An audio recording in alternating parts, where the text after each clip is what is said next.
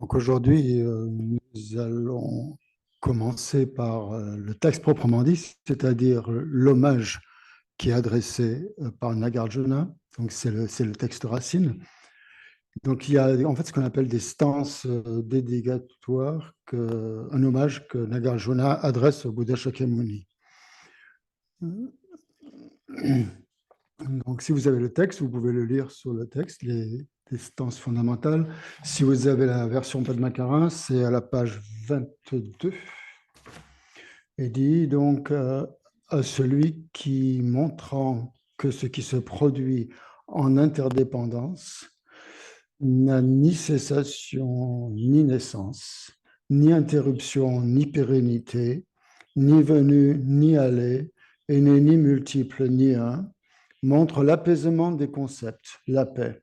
À cet éveillé parfait, le plus saint des philosophes, je rends hommage. Donc, quand Nagarjuna rend hommage au Bouddha, il ne lui rend pas hommage à ses grandes qualités ou à toutes ses qualités, notamment ses qualités du corps, de la parole et de l'esprit. En fait, ici, son hommage est adressé au Bouddha, mais aussi au fait que le Bouddha a enseigné le non-soi, l'absence d'existence du soi. Et c'est pour ça qu'en fait, cet hommage est extrêmement précieux. Hein. Pardon. C'est pour ça que Nagarjuna donc, considère que le Bouddha est très précieux parce qu'il a enseigné ce non-soi. Il a enseigné l'interdépendance. Donc, c'est pour ça qu'il lui rend hommage de cette manière. Et il le loue pour ça, pour rendre hommage à cet instructeur. Voilà. Qui a enseigné donc la vacuité, c'est-à-dire l'interdépendance. En fait. Donc, Nagarjuna rend hommage au Bouddha pour avoir expliqué clairement donc l'interdépendance et la vacuité.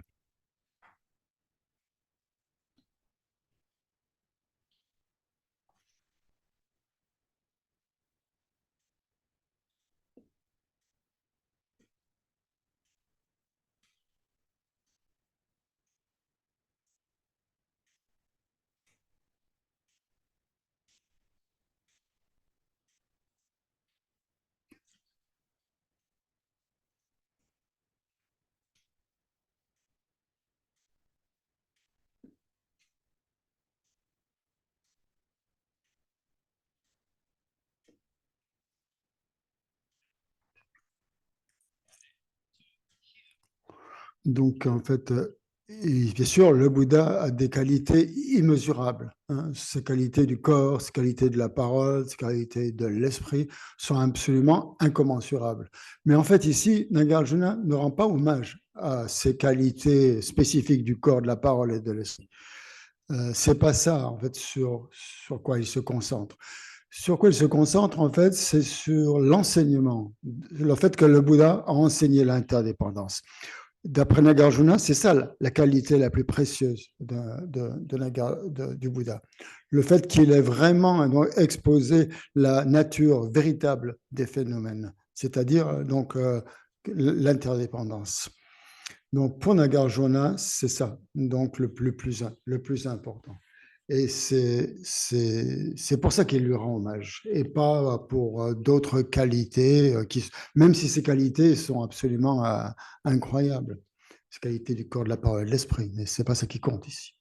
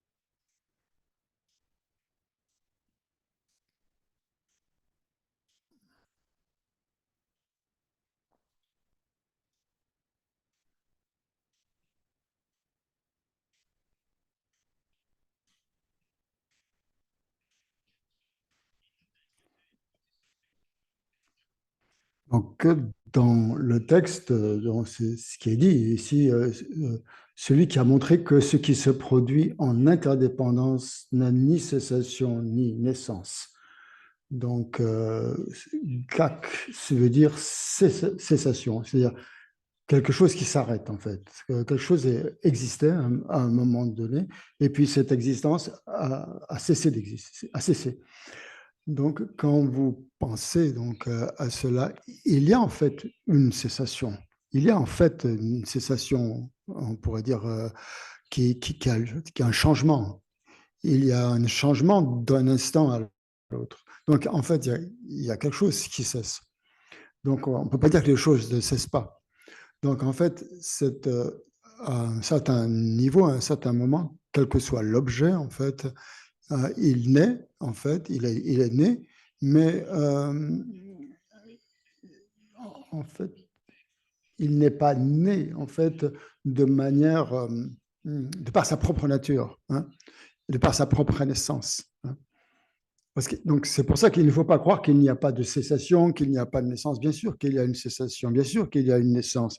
Les choses apparaissent, les choses disparaissent, mais il n'y a pas, de leur propre côté, il n'y a pas une cessation qui existe de son propre côté, hein, qui serait établie de son propre côté. Hein. Ça n'existe pas. Ça n'est pas possible. Il y a bien sûr une cessation, mais cette cessation, c'est pour des phénomènes qui ont été produits par des causes et des conditions. Donc, bien sûr, ces phénomènes sont arrivés à exister. Ils sont nés, mais ils ne sont pas nés d'une manière propre, en étant établis de leur propre côté.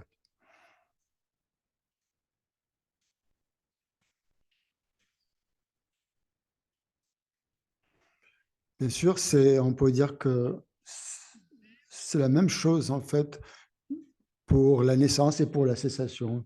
Tout ce qui est produit, tout ce qui est né, bien sûr, on peut parler de production, on peut parler de naissance, mais on ne peut pas parler d'une naissance ou d'une production qui existe de par elle-même, qui soit établie par elle-même. Donc, c'est ça qui est dit, en fait, quand on dit qu'il n'y a ni cessation, ni naissance. Il faut le comprendre dans cette perspective-là.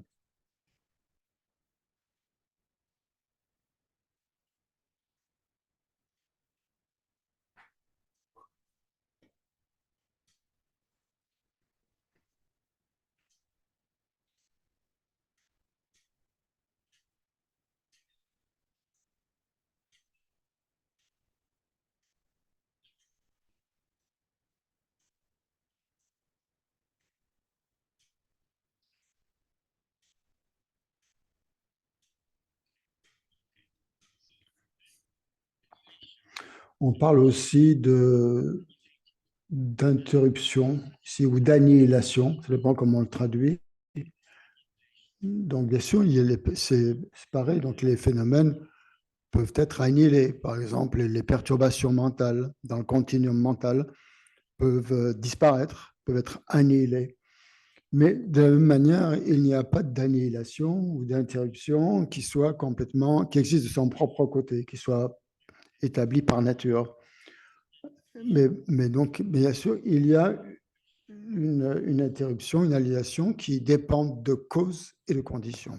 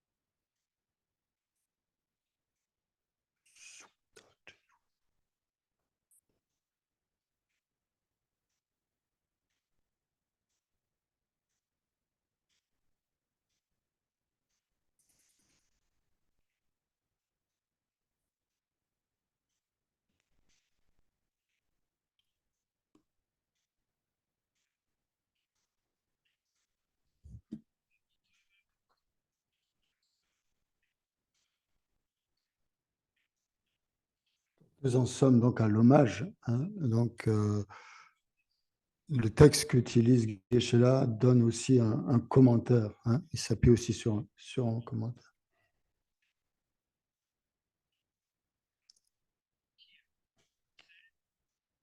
Donc, dans le texte racine, il est dit qu'il n'y a pas de permanence, hein, il y a une non-permanence.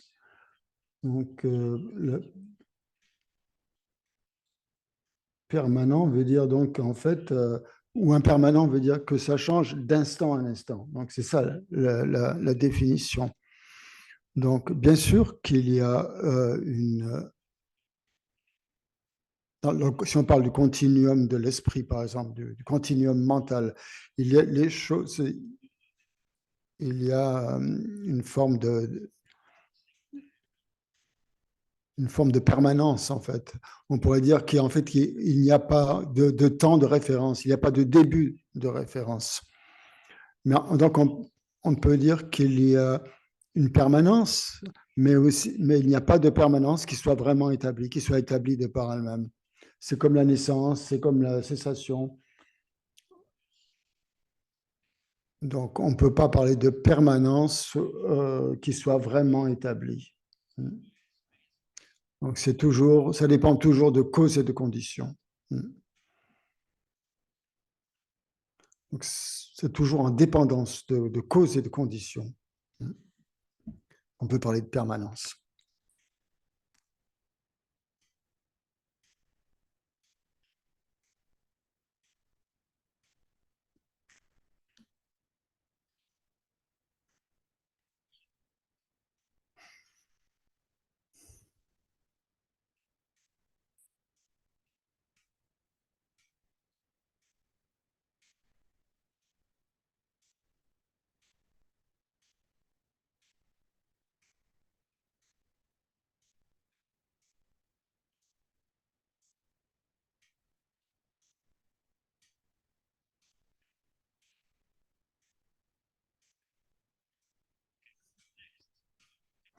Le, le texte dit ensuite, il n'y a ni venu ni aller, ni aller ni venu.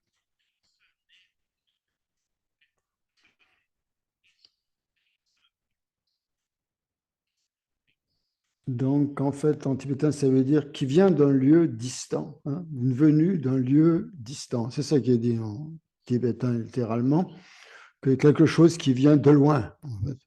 Bon, bien sûr, on peut dire qu'il y a des choses qui viennent de loin, qui arrivent, qui viennent vers nous.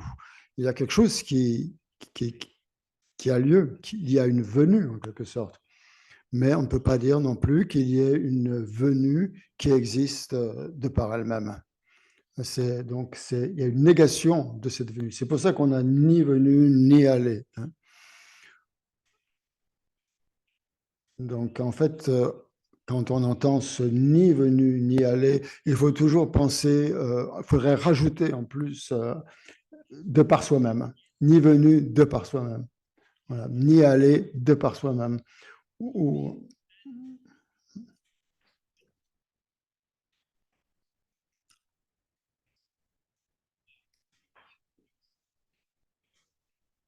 donc, soit il y a quelque chose qui vient vers nous, c'est la venue de loin, ou quelque chose qui part depuis nous et qui va au loin. Mais ça, on ne peut pas dire que ça se produise de par soi-même. Ça dépend toujours de causes et de conditions, hein.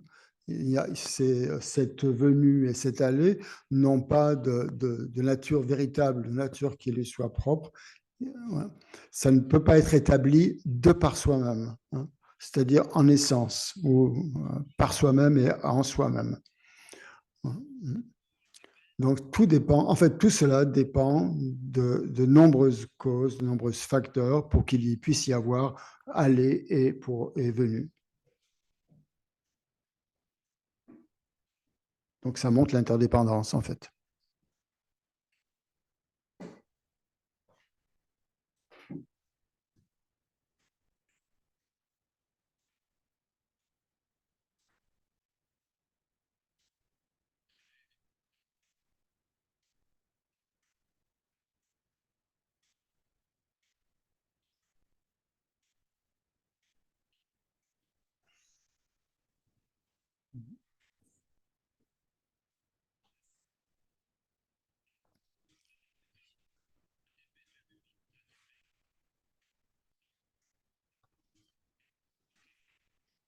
On continue dans les extrêmes, hein.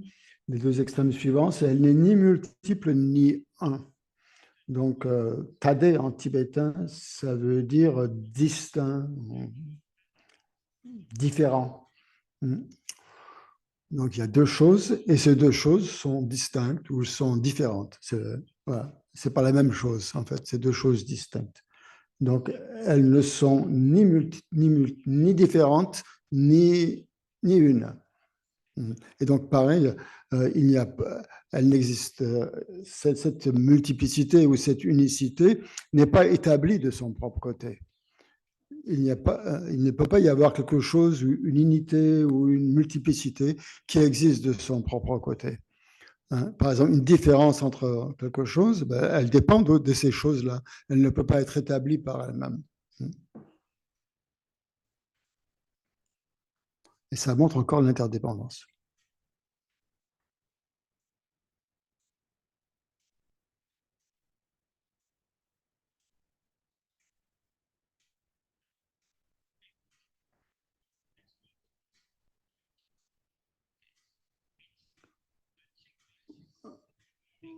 Donc ensuite, on l'a vu multiple. Ensuite, le mot suivant, c'est un.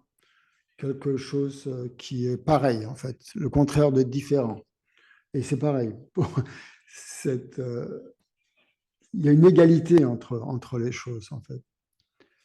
Donc, on peut parler de similitude entre les choses ou d'égalité entre les choses, mais on ne peut pas parler d'égalité ou de similitude qui soit établie de son propre côté. Ça aussi, ça dépend de causes et de conditions. Donc, ça montre l'interdépendance. Donc, c'est ni multiple, ni un. Donc, il faut prendre chaque mot comme ça, les huit extrêmes, en fait, pour montrer, chacun de ces mots montre, en fait, l'interdépendance.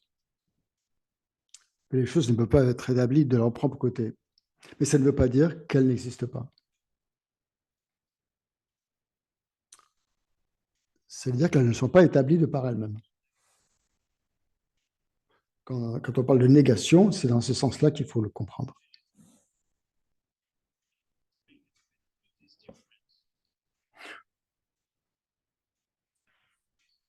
Donc le mot de différence, quand on parle de différence, en fait, quand on dit que deux phénomènes sont différents, on prend typiquement en tibétain, on prend un pilier et un vase. Dans les textes, c'est comme ça que c'est présenté. Donc on montre la différence, un vase et un pilier sont complètement différents. Mais leur différence n'est pas établie par elle-même. Pour l'autre, pour dire que les phénomènes sont un, en fait. Par exemple, produit et impermanent. Si quelque chose est un produit, c'est aussi impermanent. Donc, produit et impermanent ont le même sens, impermanent ont le même sens. Mais cette égalité entre les deux, cette similitude, cette identité, en fait, n'est pas établie de son propre côté.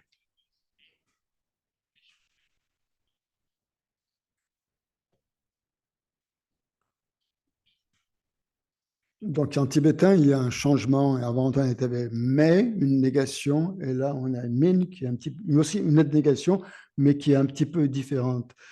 C'est difficile de rendre la subtilité en français, en langue occidentale, parce que c'est toujours pour nous, c'est toujours une négation. Mais en tibétain, il y a une petite nuance. Mm.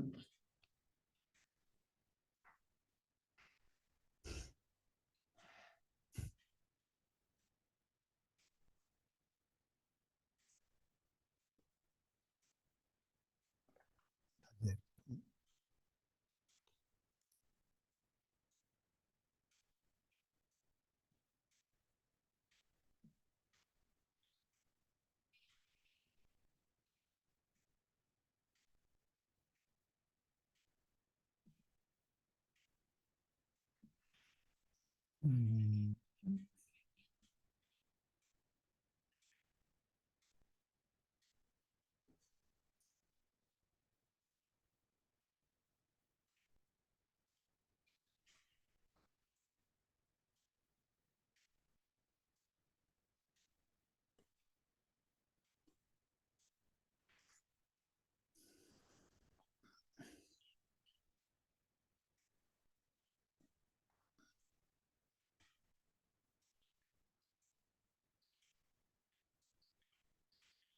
On a 8 termes, hein. On a cessation, naissance, interruption, pérennité, venue, aller, multiple et un. Donc, ça fait 8 mots. Et ces 8 points, en fait, sont tous des productions interdépendantes. Ce sont des conventionnalités, hein, ce sont des vérités relatives ou des vérités conventionnelles, c'est-à-dire qu'elles sont, voilà, au niveau de la conventionnalité. Donc, tous ces termes-là, ces 8, en fait, sont des vérités conventionnelles relatives. Elles n'existent pas de manière absolue. Donc, parce qu'elles sont interdépendantes. Ce sont des productions interdépendantes. Voilà. Elles ne peuvent pas être établies de leur propre côté, donc elles dépendent d'autre chose. Elles apparaissent en dépendance de nombreux facteurs, de nombreuses choses. Donc, on ne peut pas dire qu'elles sont indépendantes. Au contraire, elles sont dépendantes. Hein. C'est ce qu'il dit en tibétain, Tenjung. Il y a Tenjung. Ouais. Donc, ça veut dire que c'est un grand terme en tibétain. Ten, ça veut dire soutenir, le soutien, le support. Et c'est comme quelque chose qui est relié, en fait. Donc, ça apparaît en dépendance. Si on voulait traduire littéralement, voilà. Tenjung voudrait dire que ça apparaît en interdépendance. Voilà. Mais ça apparaît. Donc, c'est ça. C'est tous ces facteurs, toutes ces conditions qui font que la chose apparaisse. Voilà. Donc, voilà. On peut parler d'interdépendance, mais aussi de production interdépendante ou de production en interdépendance. Voilà. Plusieurs façons de le dire.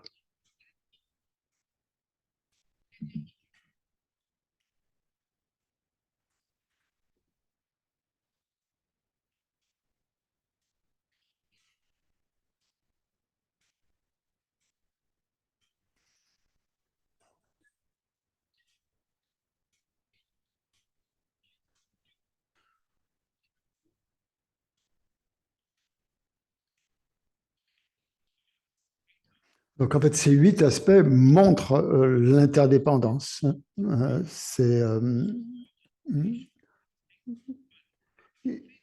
Ils existent en interdépendance. Donc, mais si on pense à la vacuité enfin, de tous ces phénomènes, en fait, c'est une chose. Hein. C'est une chose unique. Hein. La nature unique, en fait, de tous ces phénomènes, c'est la vacuité.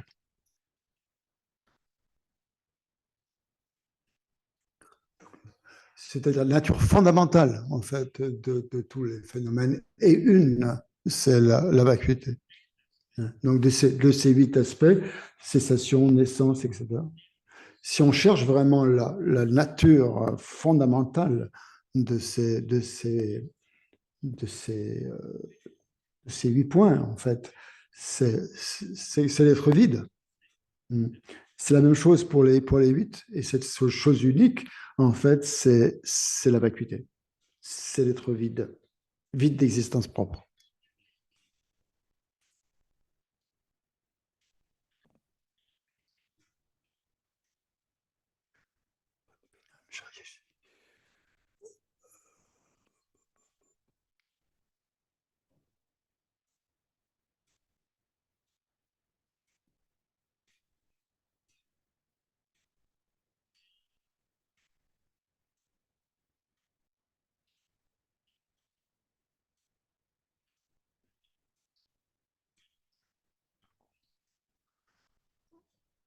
Donc, en fait, qui est-ce qui perçoit cette vacuité? C'est les êtres supérieurs, les Aryas, qui sont établis en méditation égale. Dans leur méditation profonde, ils perçoivent donc la vacuité. Donc, cette vacuité, elle apparaît à la conscience des Aryas, des supérieurs. Voilà.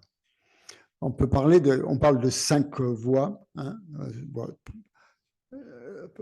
et notamment donc la voie de la vision. Lorsqu'on arrive sur la voie de la vision, on devient un Arya, hein, un être sublime, un être supérieur, un être noble, comme vous voulez, parce qu'ils perçoivent directement la vacuité. Donc c'est la troisième voie voilà. Après la voie d'accumulation et de préparation, il y a la voie de la vision, où leur sagesse primordiale donc, perçoit la vacuité de manière directe. Vous parlez de sagesse ou de conscience, comme vous voulez. Conscience primordiale, sagesse primordiale, c'est une conscience qui est toujours présente, hein, pour ces êtres-là sur la voie de la vision. Donc pendant sa méditation profonde, même donc s'il y a ces 8 aspects qu'on vient de voir, les cessations, les sens, etc., il ne perçoit en fait, il ne perçoit pas la conventionnalité, il ne perçoit que la vacuité, hein, quand il est en absorption méditative, quand il est en méditation égale, comme on dit.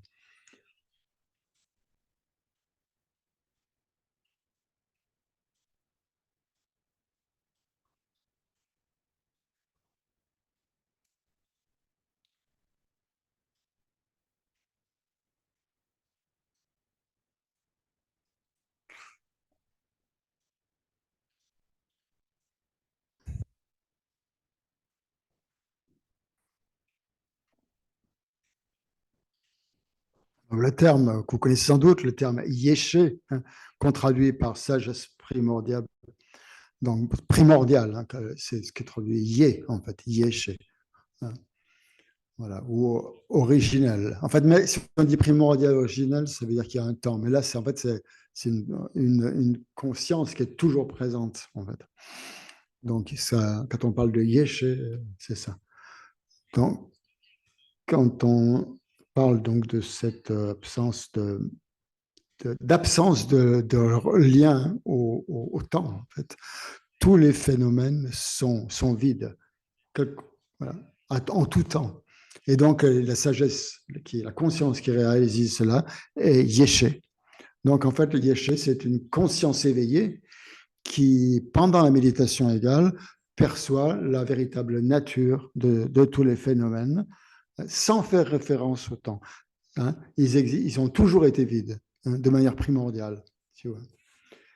Donc, comme hors du temps, on pourrait dire.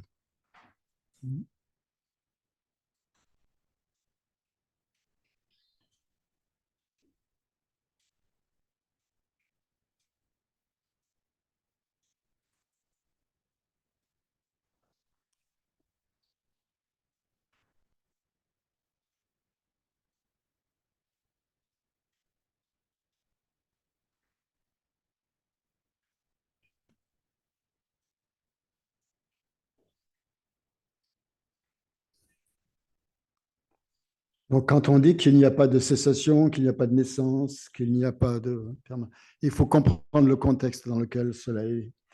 Pour ces personnes donc, qui sont sur la voie de la vision et qui sont absorbées en méditation profonde, ils sont, aucun de ces phénomènes apparaît, hein. Ils ne perçoivent pas de cessation, ils ne perçoivent pas de naissance, ils ne perçoivent pas d'interruption, ils ne perçoivent pas de pérennité. La seule, pour ces personnes-là, hein, ces individus, la seule chose que leur conscience perçoit à ce moment-là, euh, c'est leur conscience primordiale perçoit que tous les phénomènes sont vides. Elle perçoit la vacuité des phénomènes et rien d'autre. Donc, c'est pour ça qu'en fait, à leur perception, il n'y a ni cessation, ni naissance, ni interruption, ni pérennité, parce qu'ils perçoivent la vacuité de ça. Sinon, voilà, ça ne voudrait rien dire de dire quand on dit il y a ni cessation, ni naissance, si on ne fait pas référence à qui perçoit cela. Hein, c'est-à-dire les arias qui sont en absorption méditative, puisque dans leur méditation, rien n'apparaît. Hein, la conventionnalité n'apparaît pas.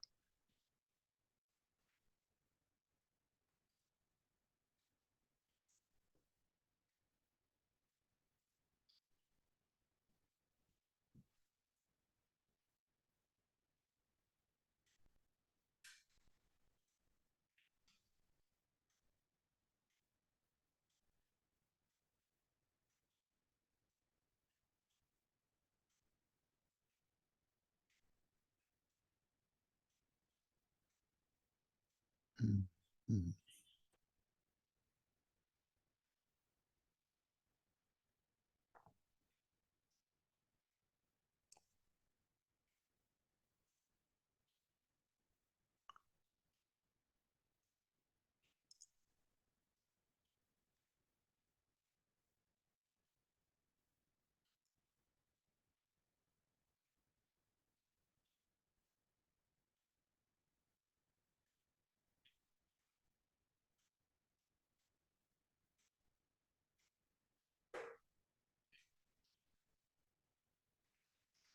Donc, c'est vraiment important de comprendre ce point-là, hein, de la vacuité et de l'interdépendance. Parce que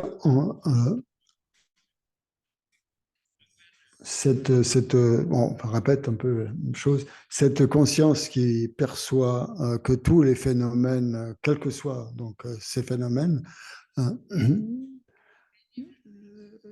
donc sans faire référence au temps, sont primordialement, si vous voulez, sont vides. Et cette vacuité va bien sûr être l'antidote de toutes les émotions perturbatrices, hein, de tous les poisons mentaux. Donc, c'est en s'entraînant à cette perception de la vacuité que l'on va éliminer toutes les émotions négatives.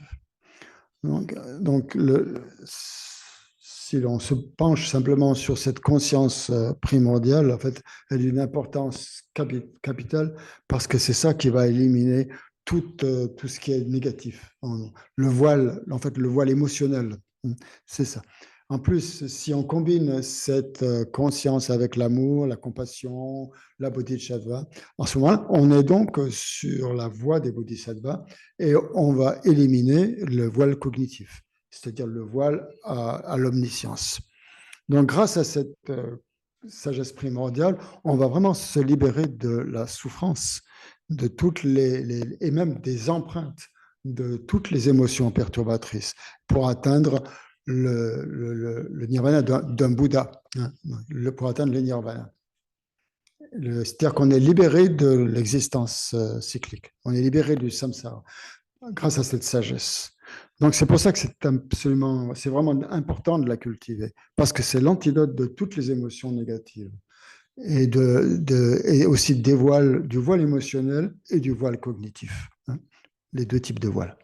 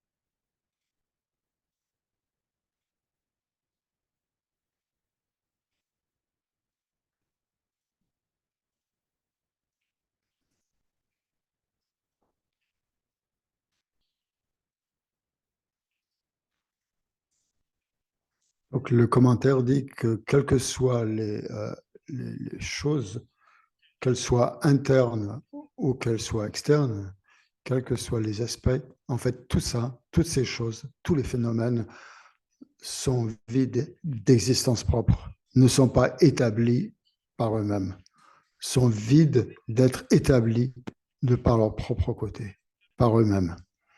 Donc, bien sûr que les phénomènes sont en face de nous. En face de nous, on voit plein de choses, hein.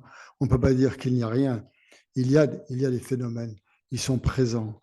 Ils apparaissent. Mais en même temps qu'ils sont présents, ils ne sont pas établis par eux-mêmes. Ils sont vides de de cette nature autonome qui ferait qu'ils apparaissent par leur propre pouvoir, mais ils apparaissent uniquement en dépendance d'autres facteurs. Donc, le Bouddha a clairement énoncé, en fait, il n'a pas dit qu'il n'y a pas de phénomène, mais il dit en fait qu'il n'y a pas de phénomène qui existe de manière indépendante, de manière autonome. Et pour Nagarjuna, Nagarjuna dit que c'est formidable que le Bouddha ait enseigné ça. C'est ça c'est pour ça qu'il lui rend hommage. Hein. Donc, Nagarjuna va expliquer la vacuité. Et il va se servir en fait de son explication, il va la baser sur la bénédiction, on pourrait dire, de Manjushri. Et, et le Manjushri aussi, Bodhisattva Manjushri, s'est appuyé sur les enseignements du Bouddha Shakyamuni. Donc, en fait, on dit que Shakyamuni a enseigné à Manjushri et Manjushri l'a enseigné aussi à Nagarjuna. Donc, là aussi, il y a une production interdépendante dans cette explication. Donc, ce qui est vraiment remarquable, en fait, dit que le Bouddha, c'est que le Bouddha, sans dépendre de n'importe qui d'autre, en fait, a découvert la vérité, en fait, des phénomènes, la réalité des phénomènes. Leur réalité, c'est qu'ils n'existent pas de manière indépendante, mais de manière interdépendante. Et pour Nagarjuna, c'est quelque chose de prodigieux. Que quelqu'un soit venu dans le monde et enseigner quelque chose qui n'ait jamais été enseigné, hein, qui n'a jamais été enseigné auparavant. Voilà. Et sans dépendre de qui que ce soit d'autre, en fait. Juste lui, de lui-même, il a enseigné ça. Donc, c'est ce que Nagarjuna a dit. Vous êtes venu dans ce monde et vous avez par vous-même expliqué que les choses n'existaient pas de par elles-mêmes. Parce que personne d'autre que vous, avant vous, n'a enseigné une telle chose. Donc, c'est pour ça que je vous vénère et que je vous rends hommage. Voilà. C'est que l'hommage c'est de ce point de vue que Nagarjuna rend hommage au Bouddha.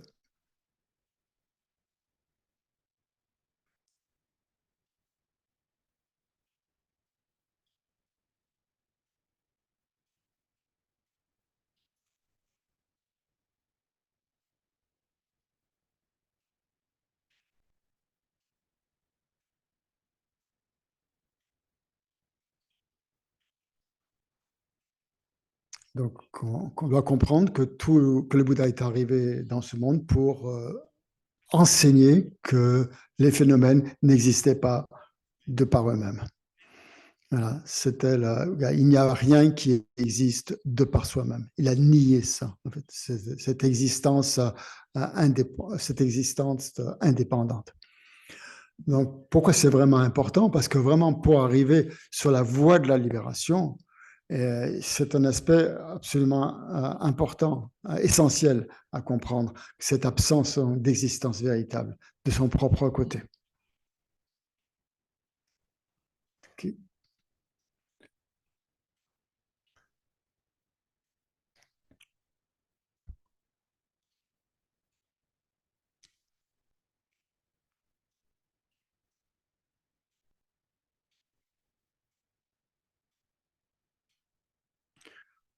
Hmm. Hmm. Le terme tibétain, c'est Rangshin Mepa, c'est-à-dire quand on dit ça en tibétain, Rangshin, ça veut dire nature propre. Et nature propre, ça veut dire que ça ne dépend de rien d'autre pour exister. Ça existe tout seul. Ça a une nature propre. Nature propre veut dire que ça existe sans dépendre de quoi que ce soit. Et donc, le Bouddha a nié ça, a nié cette nature propre des choses. Et on peut penser, peut-être d'autres religions pensent qu'il y a des choses qui sont établies de leur propre côté. Par exemple, dans le christianisme, Dieu est unique, il ne dépend de rien du tout, de rien d'autre que lui-même. Hein. Mais dans le bouddhisme, du point de vue de Nagarjuna, c'est ça qui fait la particularité du bouddhisme, c'est que voilà, même il n'y a rien, même pas il n'y a pas de Dieu non plus qui existe par son propre côté. Voilà. Il faut absolument qu'ils dépendent d'autre chose.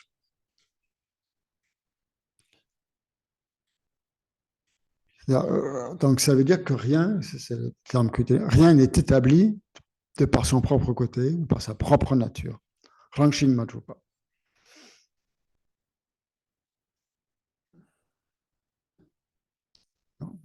Il n'y a rien qui existe de par soi-même ou en soi-même.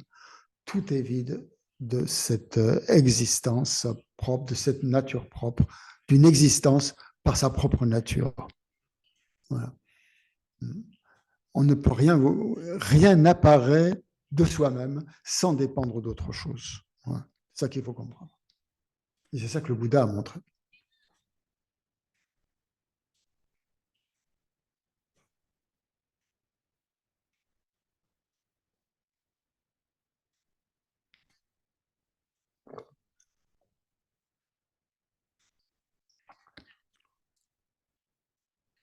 Alors, tendrel, il y a le mot ten, c'est le support, et gel veut dire relation.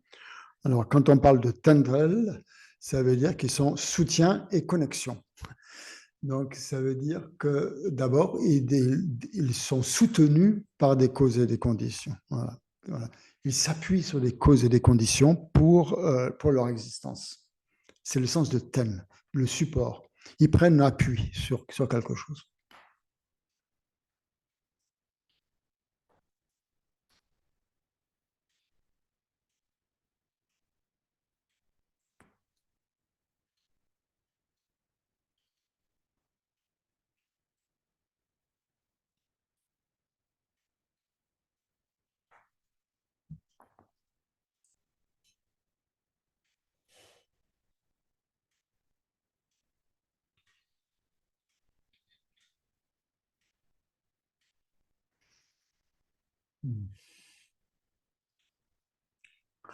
Non. Donc, Michel a dit qu'en fait, le commentaire dit que tous ceux qui parlent de l'origine dépendante, de l'interdépendance, se distinguent de toutes les autres doctrines en dehors de celle-ci. C'est ça qui fait la distinction, en fait, du bouddhisme.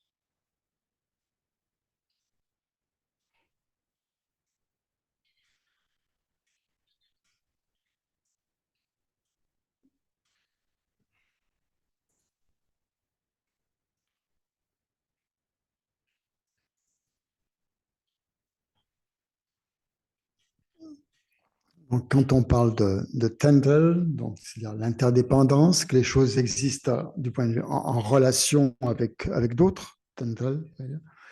Donc, du point de vue, dans le bouddhisme, on parle de différents courants philosophiques. Il y a les Vaibhashika, les Sutantrika, les Yogacara, les Madhyamika, les Madhyamika sont divisés en deux, donc les Svatantrika et les Prasangika. Les Prasangika sont la vue supérieure.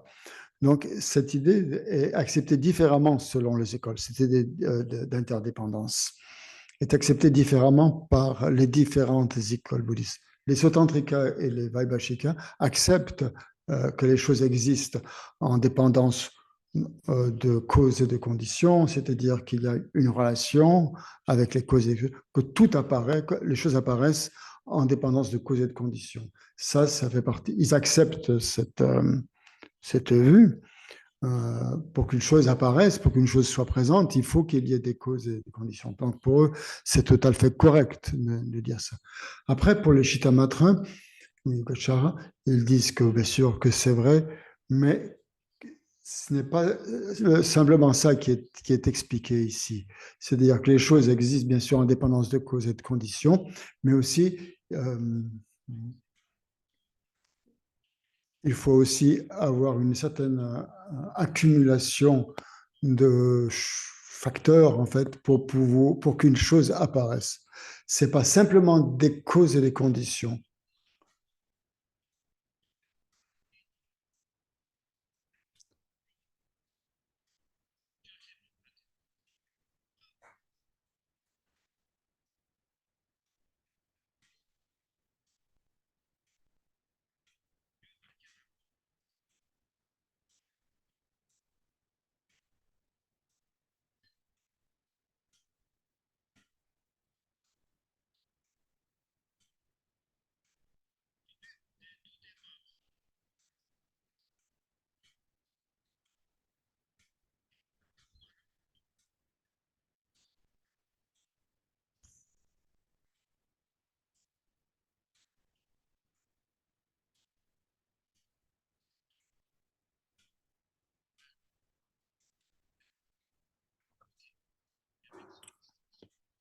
Ouais. Il y a une petite erreur. Donc en fait ici, quand on parle des trois écoles, c'est-à-dire les Vaibhashika, Swatantrika et les Chittamatrins, en fait, on accepte donc l'interdépendance, le fait que les choses apparaissent de cause et de conditions. Mais pour les Chittamatrins, les phénomènes permanents aussi dépendent de causes et de conditions pour les Chittamatrins. Il y a une petite subtilité, une petite différence. Donc, mais en fait, ils acceptent tous qu'il y a donc que les choses doivent dépendre de causes et de conditions pour apparaître. Ensuite, quand on passe aux deux écoles des Madhyamika, c'est-à-dire les Svatantrika, les autonomistes, et les Prasangika, les conséquentialistes, il y a différentes. Pour les autonomes, les autonomistes, c'est-à-dire le Svatantrika, ils n'acceptent pas simplement l'aspect de causes et de conditions qui permettent aux choses d'apparaître. En plus, ils disent que c'est pas suffisant, en fait. Dans le mot interdépendant, il faut, euh, il faut qu'il y ait une agrégation de nombreux différents facteurs pour que les choses puissent apparaître. Donc, en fait, doivent dépendre aussi de différentes parties aussi. Ce n'est pas simplement cause et de conditions, mais elles doivent aussi dépendre de leurs parties, ou l'agglomération de leurs parties, voilà, l'accumulation de nombreux facteurs dans les parties pour pouvoir apparaître. Et quand on passe après ensuite au prasangika, aux conséquentialistes de l'école de la vie médiane, c'est-à-dire les prasangika, donc en fait pour eux, c'est vrai qu'ils disent bien sûr les phénomènes doivent dépendre de causes et de conditions, c'est vrai. Aussi les phénomènes aussi pour apparaître dépendent aussi de leur partie. Même les phénomènes permanents ou impermanents aussi dépendent de causes et de conditions, dépendent de leur partie. Donc, ils acceptent ces deux aspects de l'interdépendance. Ils disent aussi, comme les Svatantrika, qu'il faut qu'il y ait de nombreuses, toute une agglomération, toute une collection de choses pour que ça apparaisse. Mais pour eux, ce n'est pas la vue la plus subtile de l'interdépendance. Pour eux, quand ils parlent d'interdépendance, ce qui est qui est typique des prasangika, c'est-à-dire qu'en fait, les choses n'existent que parce qu'elles sont désignées. Hein. Donc, c'est ça le niveau le plus subtil de l'interdépendance, que les choses apparaissent par le pouvoir de l'imputation ou de la désignation qui est projetée, en fait, par un esprit, par une conscience, ou attribuée par une conscience. Et ça, c'est le niveau le plus subtil de l'interdépendance que seuls les Madhyamika, Prasangika perçoivent. Les autres ne l'acceptent pas. Donc, c'est ce pouvoir de la désignation qui donne en fait une existence aux choses.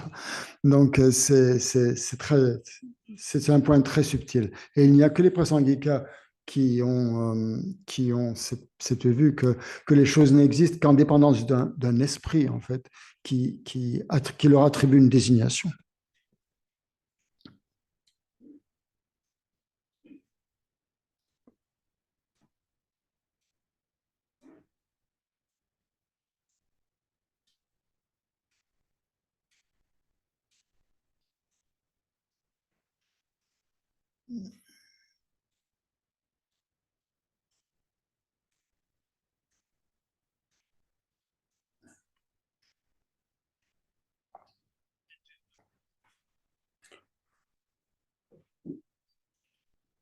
Donc, quand on parle quand on dit tendrel, donc en tibétain, ça veut dire que donc il y a trois niveaux en fait, hein, trois niveaux.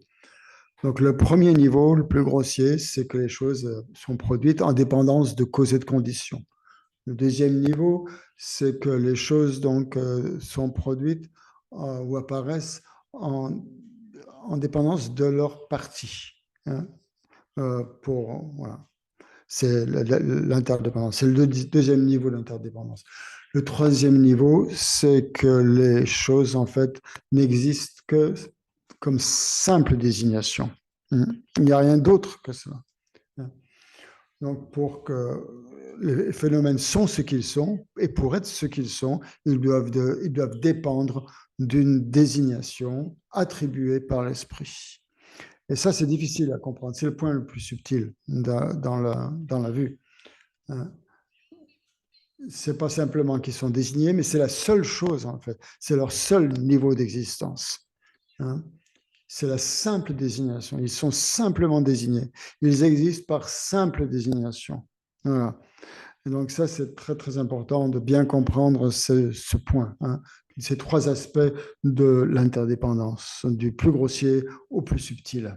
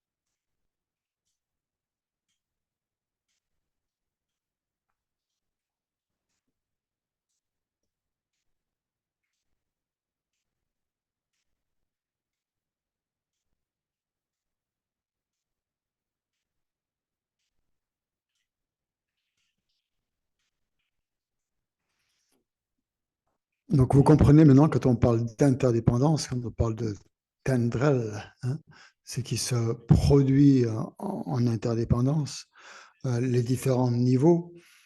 Et, qu'il faut que pour les choses apparaissent, il faut déjà qu'il y ait un support. Donc maintenant, quel est ce support? C'est ce qui est important. Et là, on peut aller du plus grossier au plus subtil. Donc ça montre en fait qu'il n'y a rien qui existe de par soi-même, qu'il faut forcément qu'il y ait quelque chose d'autre. Donc on ne peut rien trouver qui existerait de manière indépendante, de manière autonome, sans dépendre de quoi que ce soit. C'est-à-dire de cause et de conditions, de partie, de désignation. En fait, tous les phénomènes, que l'on prenne son corps, que l'on prenne une fleur, que l'on n'importe quel phénomène en fait. Pour qu'une fleur, par exemple, apparaisse, il faut beaucoup de causes et de conditions. Elle ne peut pas apparaître sans cause et de conditions. Donc après, on verra les niveaux plus subtils. Donc une fleur, par exemple, est arrivée à l'existence en s'appuyant en dépendance de causes et de conditions. Et pour en être persuadé, se dire que si ces causes et conditions disparaissent, eh bien la fleur disparaît aussi. Voilà. Parce que les choses qui lui ont donné naissance, en fait, si ces choses-là n'existent plus, disparaissent, en fait, si ces causes et conditions disparaissent, la fleur disparaît aussi. Donc, en fait, ça montre bien que la fleur n'est pas apparue d'elle-même. Elle n'est pas apparue toute seule. Elle est forcément apparue de causes et de conditions. Elle dépend de ces causes et de conditions. Si on enlève ces causes et conditions, elle disparaît. Donc, ça montre bien vraiment la dépendance. Donc, en plus, pour une fleur, il y a de nombreuses parties. Il y a de nombreuses parties, les pétales, le pistil, etc. Et donc, pour parler de fleurs, il faut que toutes ces parties soient réunies. Hein. On ne peut pas parler d'une fleur si ces parties ne sont pas réunies. Hein. C'est-à-dire que c'est quelque chose qui existe, on peut le voir par notre propre expérience.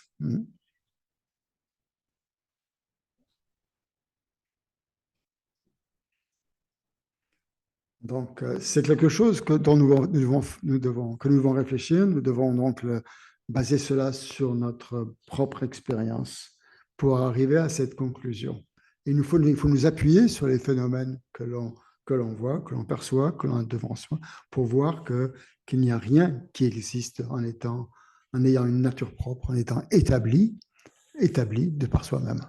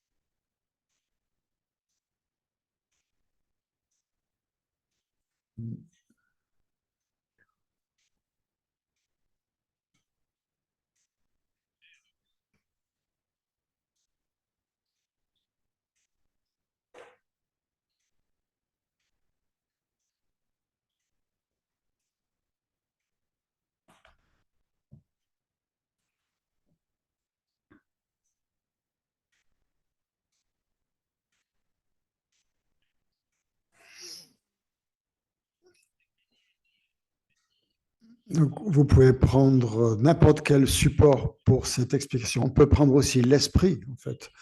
L'esprit aussi existe en dépendance d'autre chose.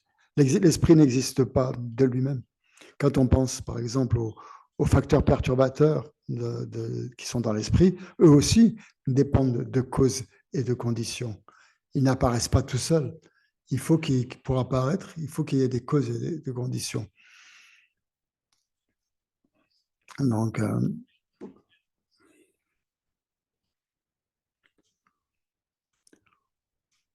quand on réalise la vacuité, donc cette sagesse qui réalise la vacuité, va éliminer en fait toutes ces perturbations mentales.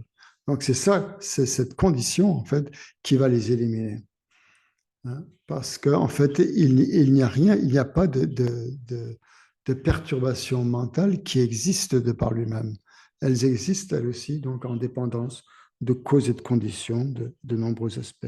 Et donc elles disparaissent aussi grâce à cette sagesse primordiale qui réalise la vacuité.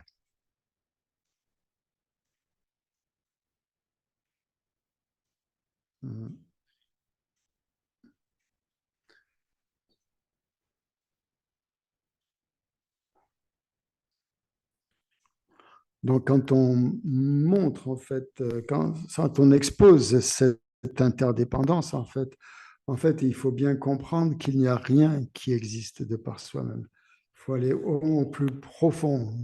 C'est-à-dire que si quelque chose est une production interdépendante, elle n'existe pas de manière indépendante.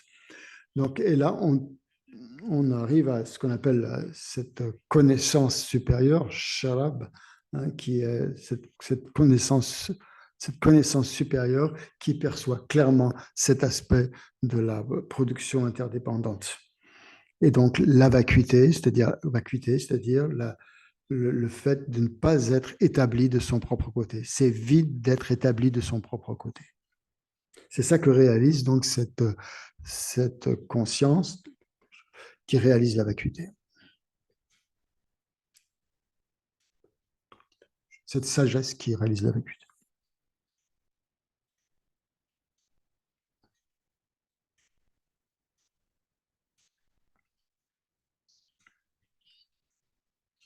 Donc, il nous faut produire, en fait, dans notre courant de conscience, il nous faut produire cette sagesse ou cette connaissance supérieure qui perçoit la vacuité. On peut qu'on dise sagesse ou connaissance supérieure. Bon, quand je traduis, je dis Yeshe, c'est la sagesse primordiale et Sherab, c'est la connaissance supérieure.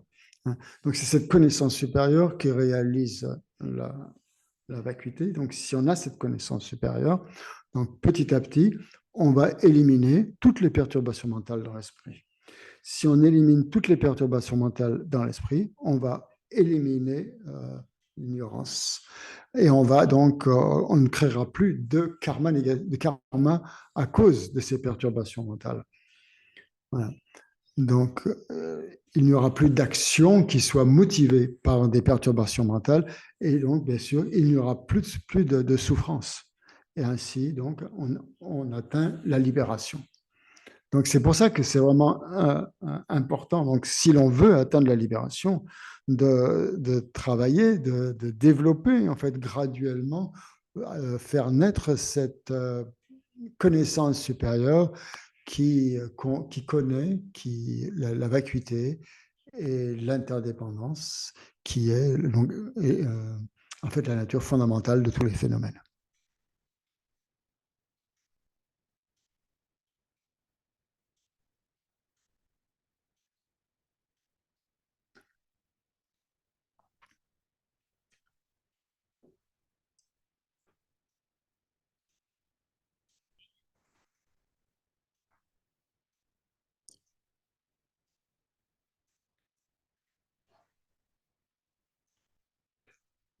Quand, si quelqu'un veut être libéré, c'est-à-dire un bouddhiste, en fait,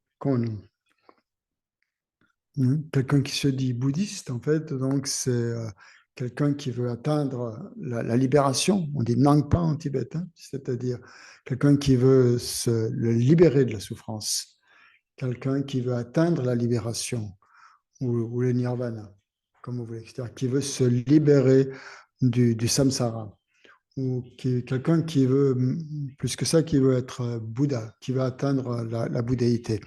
Donc, en fait, tous ces bouddhistes, en fait, tout ce qu'ils veulent, la chose la plus importante, c'est de développer et de faire naître, en fait, cette connaissance supérieure qui comprend la vacuité. Donc, en fait, c'est à ça que mènent, en fait, toutes les voies bouddhistes, à cette compréhension de la vacuité, à cette réalisation de la vacuité.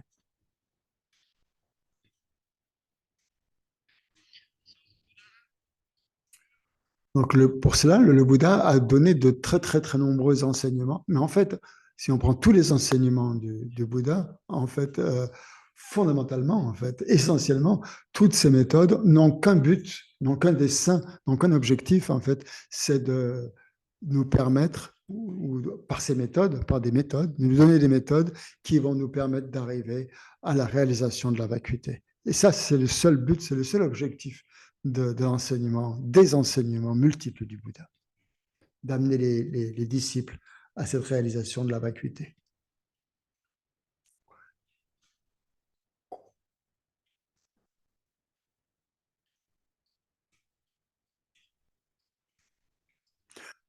Pendant les enseignements précédents, donc Geshe-la a expliqué les trois roues, les trois tours de roue du Dharma. Le premier tour, quand il a enseigné le premier tour, quand il a enseigné donc les quatre vérités, puis quand il a enseigné la vacuité, puis le troisième tour de roue, en fait, quand il a enseigné la nature de Bouddha, en fait, tous ces tours de roue sont des méthodes qui permettent aux disciples de réaliser la vacuité.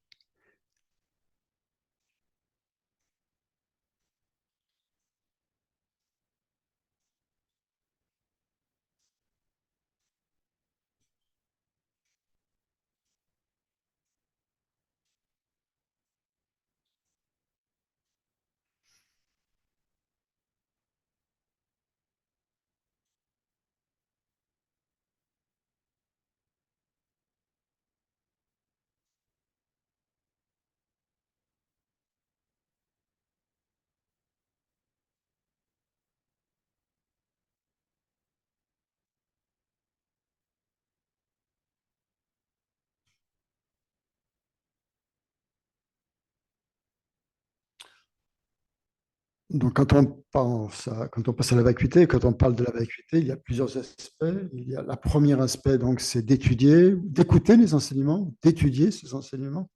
Et à partir de cela, il faut réfléchir profondément au sens de ces enseignements, avec un esprit analytique, hein, qui accompagne l'étude. Le deuxième aspect. Et le troisième aspect, donc, c'est la méditation. C'est, et graduellement, donc, on va, en utilisant ces trois méthodes, hein, que sont donc l'étude, la réflexion et la méditation sur la vacuité, on va graduellement réduire les perturbations mentales. Et peu à peu, elles vont disparaître. Et on va atteindre la voie qui conduit à la libération.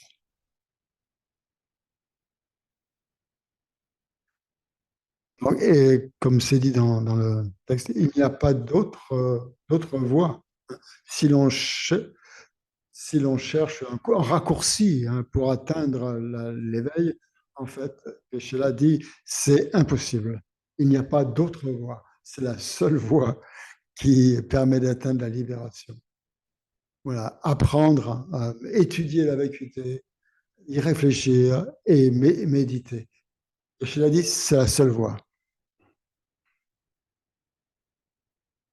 Voilà. Donc, si vous voulez atteindre la libération, il n'y a pas d'autre chemin, il n'y a pas de raccourci, il n'y a pas d'autre possibilité. Voilà. Ne pensez pas qu'il y a d'autres voies qui vous y conduiraient plus rapidement ou pas. Ça, vous devez en être vraiment sûr de ça, vraiment certain.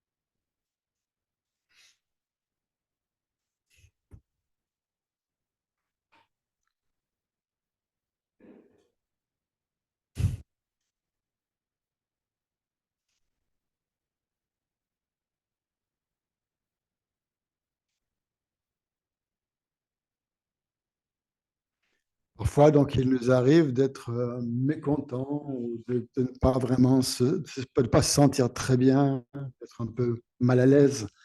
Et il faut se demander pourquoi. Pourquoi ça apparaît? Pourquoi cet état mental survient? C'est parce qu'en fait, il y a quelque chose qui vous rend triste ou malheureux. Il y a, il y a une cause. Vous avez rencontré quelque chose que vous n'aimez pas, ou entendu quelque chose que vous n'aimez pas, et donc ça crée un mauvais sentiment, un mal à l'aise. Donc, si vous avez ce genre de pensées, en fait, qui apparaissent dans votre esprit, il faut bien qu'il y ait des causes. Et donc, si vous éliminez la cause, ces pensées négatives, en fait, vont disparaître. Ces pensées de mal-être vont disparaître si vous touchez la cause. Donc, il faut toujours se rappeler hein, ces différentes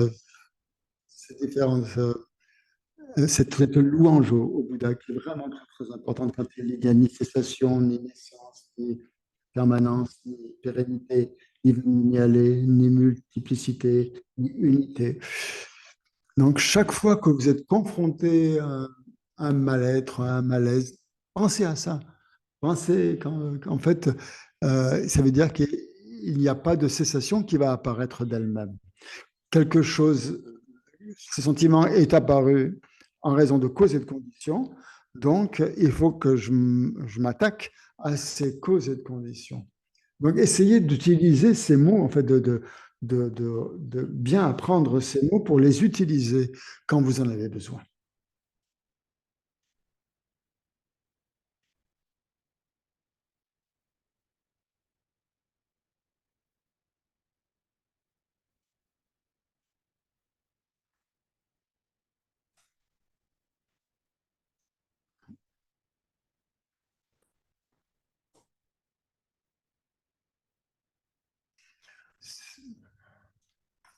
Si vous vraiment réfléchissez à la vacuité, c'est-à-dire à la nature fondamentale de toute chose, en fait, si vous y réfléchissez de plus en plus profondément, tous les jours, petit à petit, ça va devenir possible, en fait, d'éliminer ce qui vous rend malheureux, ce qui vous rend lourd et malheureux et dépressif.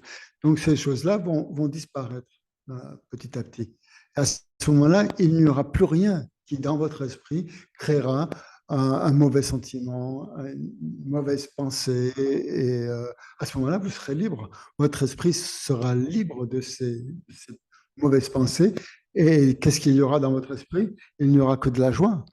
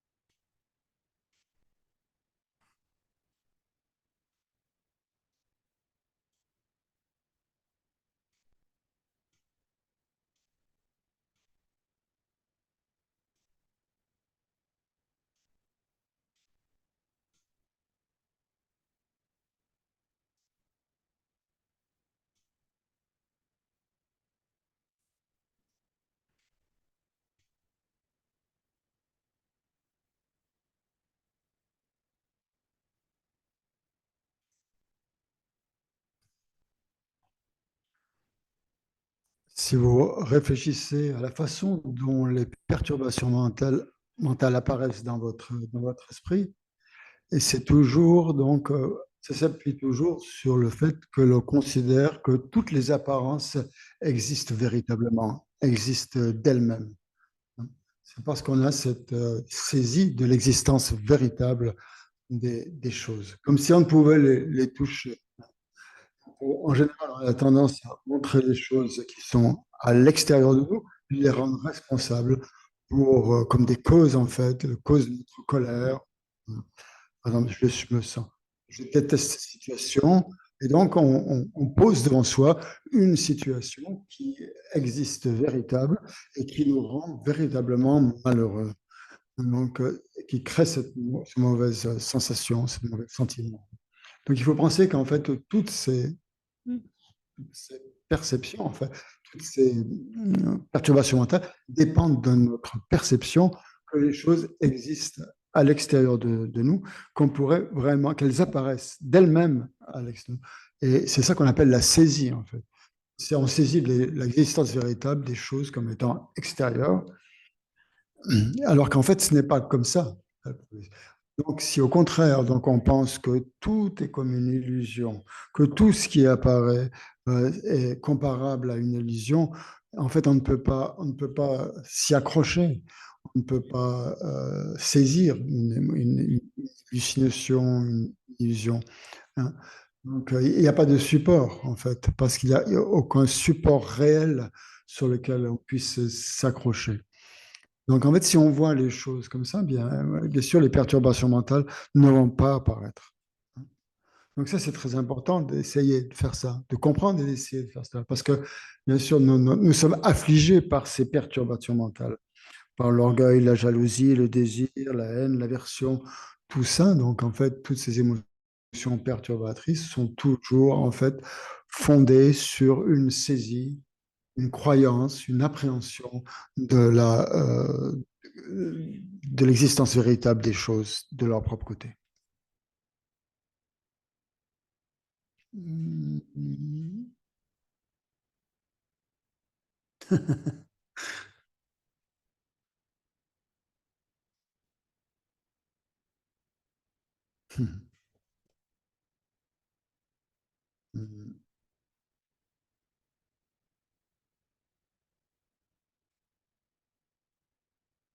Ok. Ouais.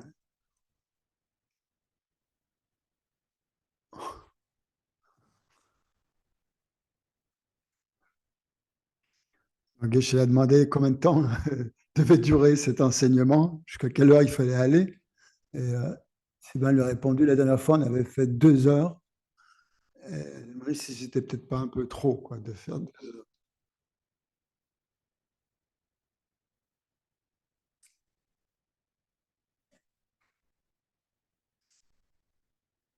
Parce que, bon, vous allez sûrement avoir mal à la tête. Et mon but, c'est pas de vous donner mal à la tête. Donc, peut-être qu'il faudrait s'arrêter là ce soir. Euh, donc, rappelez-vous donc ce début, en fait, cet hommage, c'est juste le début, en fait. Il y a des niveaux beaucoup plus profonds dans lesquels il nous faudra aller. Quand il faudra rentrer dans les profondeurs, en fait, de ce prologue, en fait. On en a juste touché la surface, là.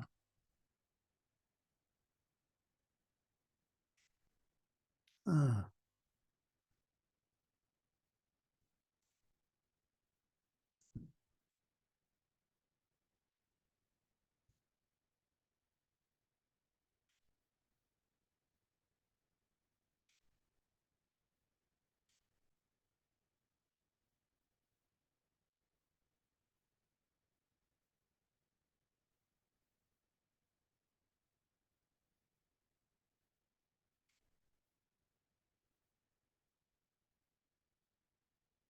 Alors, notre travail, notre devoir, va nous donner un petit devoir à faire.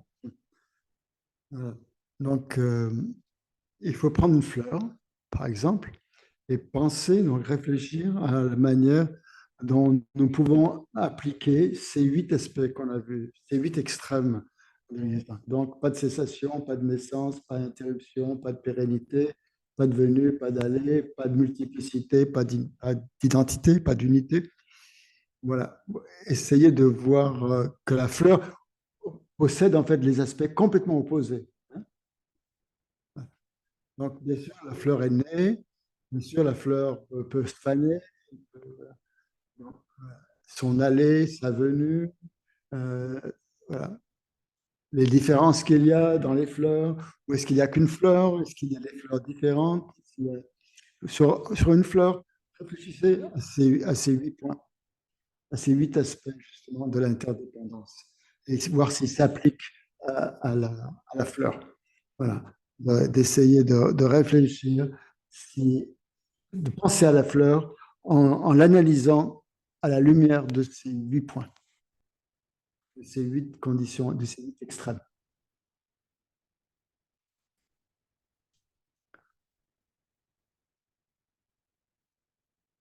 Ensuite, on a parlé de la coproduction, de l'interdépendance. Hein. On a parlé des 3 niveaux, hein, niveau grossier, moyen et subtil. Il faut essayer de se souvenir de ces 3 niveaux d'interdépendance. Ça aussi, c'est très important. Euh,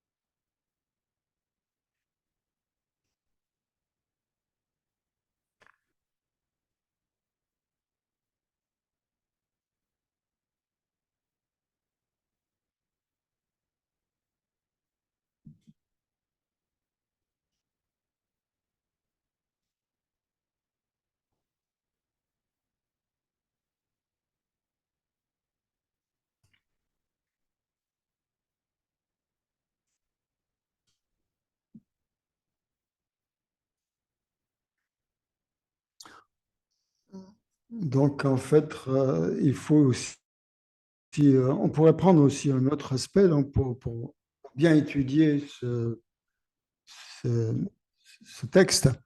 Donc, on a parlé donc des trois tours de roue, des 3 cycles d'enseignement. Donc, pendant le premier cycle, l'enseignement du premier, qu'est-ce que le Bouddha a enseigné? Quel était l'enseignement principal? Et qui étaient ses disciples à ce moment-là? À qui est-ce qu'il s'est adressé? À qui a-t-il enseigné ces enseignements? Même chose pour le deuxième tour. Hein. Sur quoi il a insisté? Qui étaient ses disciples à ce moment-là? Qui étaient présents? Quels étaient leurs tournure d'esprit en quelque sorte? Qu'est-ce qui les caractérise? Ensuite, troisième tour de roue. Pourquoi est-ce qu'il y a eu un troisième cycle d'enseignement? Pourquoi? Qu'est-ce qu'il a expliqué dans ce troisième tour? Et à qui est-ce qu'il s'adressait? Qui étaient ses disciples? Donc voilà, c'est quelque chose aussi qu'il faut être capable d'exprimer et donc d'étudier. Voilà, il faut vraiment être capable de répondre. On vous interroge là-dessus sur les 3 tours de roue. Il faut pouvoir expliquer clairement donc tous ces aspects. Et ça, c'est un aspect très important de l'étude.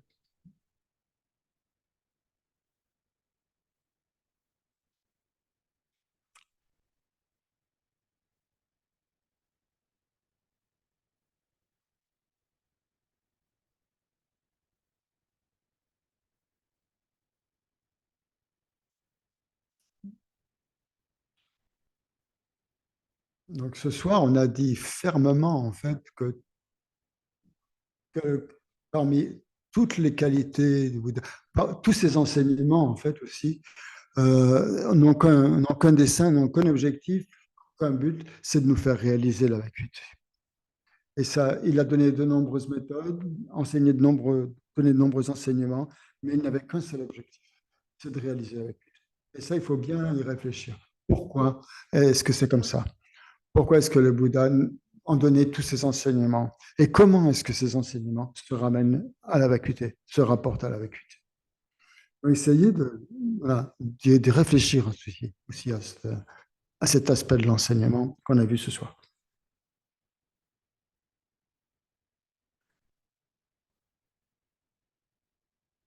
Une autre question un point de réflexion. On a parlé des voiles, hein, les voiles émotionnels et le voile cognitif. Il y a deux types de voiles.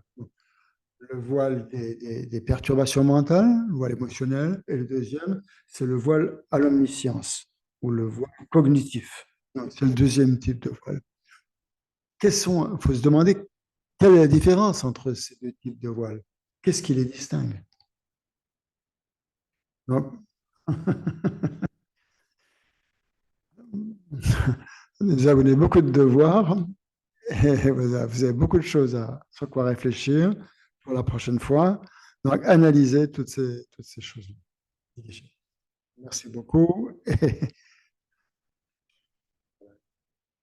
Che poi non parle pas io.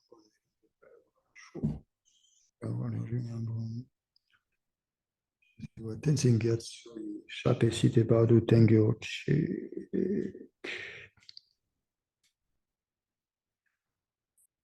Ah, merci, Geshe-la.